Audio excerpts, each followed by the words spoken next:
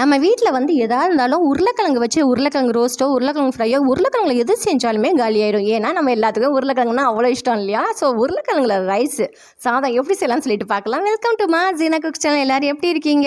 இன்றைக்கி உருளைக்கிழங்கு சாதம் தாங்க பார்க்க போகிறீங்க. இது லஞ்ச் பாக்ஸுக்கு வந்து சூப்பராக செஞ்சு கொடுத்து விட்டுறலாம். அப்பளமோ முட்டையோ வச்சு குழந்தைங்களுக்கு கொடுத்து விட்டோம்னா சாப்பிட்டு வந்துடுவாங்க. ரொம்ப ரொம்ப சிம்பிளான பொருட்கள், வீட்டில் உள்ள பொருட்களை வச்சு எப்படி செய்யலாம்னு சொல்லிட்டு பார்க்கலாம். இந்த உருளைக்கிழங்கு சாதம் இதுக்கு நான் இன்றைக்கி பெரிய உருளைக்கிழங்கு 2 எடுத்துக்கிட்டு அதோட மேலே ஒரு தோல் வந்து இது மாதிரி பீலர் வச்சு ரிமூவ் பண்ணிக்கிறலாம். ரிமூவ் பண்ணிவிட்டு 2 உருளைக்கிழங்கை வந்து இது மாதிரி கட் பண்ணிக்கோங்க. கொஞ்சம் நீட்டாக வாக்கில் கட் பண்ணிட்டோம்னா கொஞ்சம் பார்க்குறதுக்கு நல்லாயிருக்கும். அதனால தான் இது மாதிரி நான் சைஸில் கட் பண்ணிக்கிட்டேன். இது வரைக்கும் நம்ம சேனலை சப்ஸ்கிரைப் பண்ணலாம், நம்ம சேனலை சப்ஸ்கிரைப் பண்ணி வச்சுக்கோங்க ஃப்ரெண்ட்ஸ். அப்படி வீடியோஸ் பிடிச்சிருந்துச்சுன்னா லைக் பண்ணுங்கள். ரொம்ப பிடிச்சிருந்துச்சுன்னா உங்கள் ஃப்ரெண்ட்ஸுங்களுக்கு ஷேர் பண்ணி விடுங்க. இப்போ இதெல்லாத்தையும் நல்லா கட் பண்ணிவிட்டு தண்ணியில் சேர்த்துக்கிட்டோம்னா நம்மளுக்கு கலர் சேஞ்ச் ஆகாமல் இருக்கும். உருளைக்கிழங்காக இருந்தாலும் சரி, சேனக்கிழங்காக இருந்தாலும் சரி, வாழைக்காய் அது மாதிரி எதாக இருந்தாலும் தண்ணியில் இது மாதிரி சேர்த்துக்கிட்டோம்னா கொஞ்சம் கலர் சேஞ்ச் ஆகாமல் இருக்கும். அவ்வளோதான். இது நிறைய பேருக்கு இது தெரியும். இந்த டிப்ஸு தெரியாத பிகினர்ஸ் ஃப்ரெண்ட்ஸ் இருப்பாங்க இல்லையா, அவங்களுக்கு இது கொஞ்சம் யூஸ்ஃபுல்லாக இருக்குன்னு தான் சொல்கிறேன்.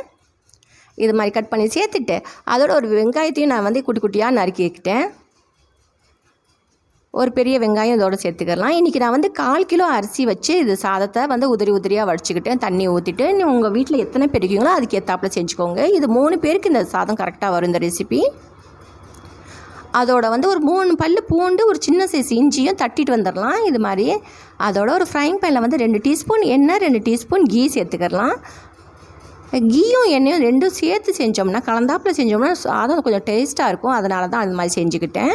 அதோட ஒரு பட்டை, லவங்கம், ஏலக்காய், ஒரு பிரிஞ்சி இலை, கறிவேப்பிலை, அதோட 1/4 டீஸ்பூன் வந்து சோம்பு, 1/4 டீஸ்பூன் சீரகம், ஒரு 1/2 டீஸ்பூன் கடலைப்பருப்பு, ஒரு 6-7 முந்திரி பருப்பு, இதெல்லாத்தையும் போட்டுட்டு நல்லா கொஞ்சம் வதக்கி விட்டுக்கிறலாம்.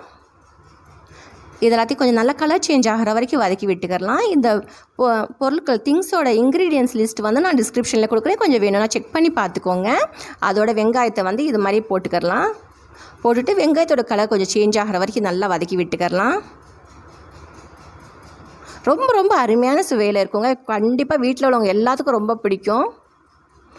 அதோட இப்போ இஞ்சி பூண்டு தட்டி வச்சுருந்தோம் இல்லையா, அதையும் இதோட சேர்த்துட்டு நல்லா வந்து பச்சை வாடை போகிற வரைக்கும் நல்லா வதக்கி விட்டுக்கலாம். இந்த இஞ்சி பூண்டு வெங்காயம் எல்லாம் நல்லா. அதோட நம்ம கட் பண்ணி வச்ச உருளைக்கிழங்கு இதோட சேர்த்துக்கலாம். தண்ணி இல்லாமல் சேர்த்துக்கோங்க. இப்போ இது எல்லாத்தையும் நல்லா சேர்த்து விட்டுட்டு இப்போ இதுக்கு தேவையான அளவுக்கு உப்பு போட்டுக்கலாம். இப்போ நான் சாதத்தில் உப்பு போட்டு தான் வடிச்சிருக்கிறேன். நீங்கள் அதுக்கு ஏற்றாப்பில் பார்த்து உப்பு போட்டுக்கோங்க. அதோட மஞ்சப்பொடி வந்து ஒரு 1/2 டீஸ்பூன் மஞ்சப்பொடியும் போட்டுட்டு இதெல்லாம் நல்லா கலந்து விட்டுக்கலாம். கலந்து விட்டுட்டு இப்போ நம்மளுக்கு வந்து உருளைக்கிழங்கு நல்லா வெந்துடணுங்க. அதுக்காக நம்ம என்ன செய்யலாம்னா, ஒரு 100 ml தண்ணி சேர்த்துட்டு நல்லா கலந்து விட்டுட்டு நம்ம வந்து மூடி வச்சிடலாம். உருளைக்கிழங்கு நல்லா வேகட்டும். இப்போ ஒரு 4-5 நிமிஷத்தில் நல்லா உருளைக்கிழங்கு வெந்துடும். நீங்கள் அப்பப்போ அதை செக் பண்ணி பார்த்துக்கோங்க. நல்லா கலந்து விட்டுட்டு அதோட வந்து எடுத்து இது மாதிரி கையால் இப்படி நசுக்கி பார்த்தோம்னா தெரிஞ்சிடும் உருளைக்கிழங்கு நல்லா வெந்துருச்சு.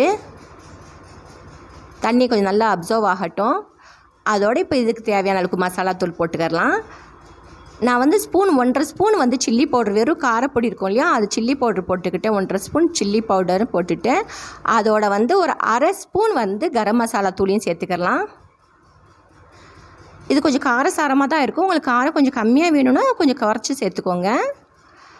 இதோட இதெல்லாம் நல்லா பச்சை வாடை போகிற வரைக்கும் நல்லா மிக்ஸ் பண்ணி விட்டுக்கலாம். ரொம்ப அருமையான சுவையில் இருக்கும். இப்போ இதெல்லாத்தையும் நல்லா கலந்து விட்டுக்கலாம். இந்த பச்சை வாடை போகட்டும். இந்த உருளைக்கிழங்கோட இந்த மசாலா நல்லா கோட்டாகி வரட்டும். அதனால் ஒரு 3-4 நிமிஷம் அப்படியே நல்லா வதக்கி விட்டுக்கிட்டே இருக்கலாம். அந்த ரா ஸ்மெல்லாம் போகணும். நம்மளுக்கு சாதம் வந்து இது மாதிரி வெரைட்டி ரைஸ் செய்யணும்னா சாதத்தை முடிஞ்ச அளவுக்கு உதிரியாக பார்த்து செஞ்சு வடிச்சுக்கோங்க. குழைய விடாமல் பார்த்துக்கோங்க. அவ்வளோதாங்க, வேறு ஒன்றும் இல்லை. வெரைட்டி ரைஸோட மெயினே அதுதான். அதோடு நம்ம சாதத்தை நான் சேர்த்துக்கிட்டேன். இது 1/4 கிலோ அரிசி வச்சு செஞ்ச சாதம். இது எல்லாத்தையும் நல்லா கலந்து விட்டுக்கலாம். கீழேருந்து மேலேருந்து கீழே கலந்து விட்டுட்டு அதோட கொத்தமல்லி இலையை போட்டு தூவி விட்டோம்னா சுவையான பொட்டேட்டோ ரைஸ் ரெடி ஆயிடுச்சுங்க. இதே ரெசிபி நீங்களும் ட்ரை பண்ணுங்கள். தேங்க்ஸ் ஃபார் வாட்சிங் and take care. Tata, bye bye.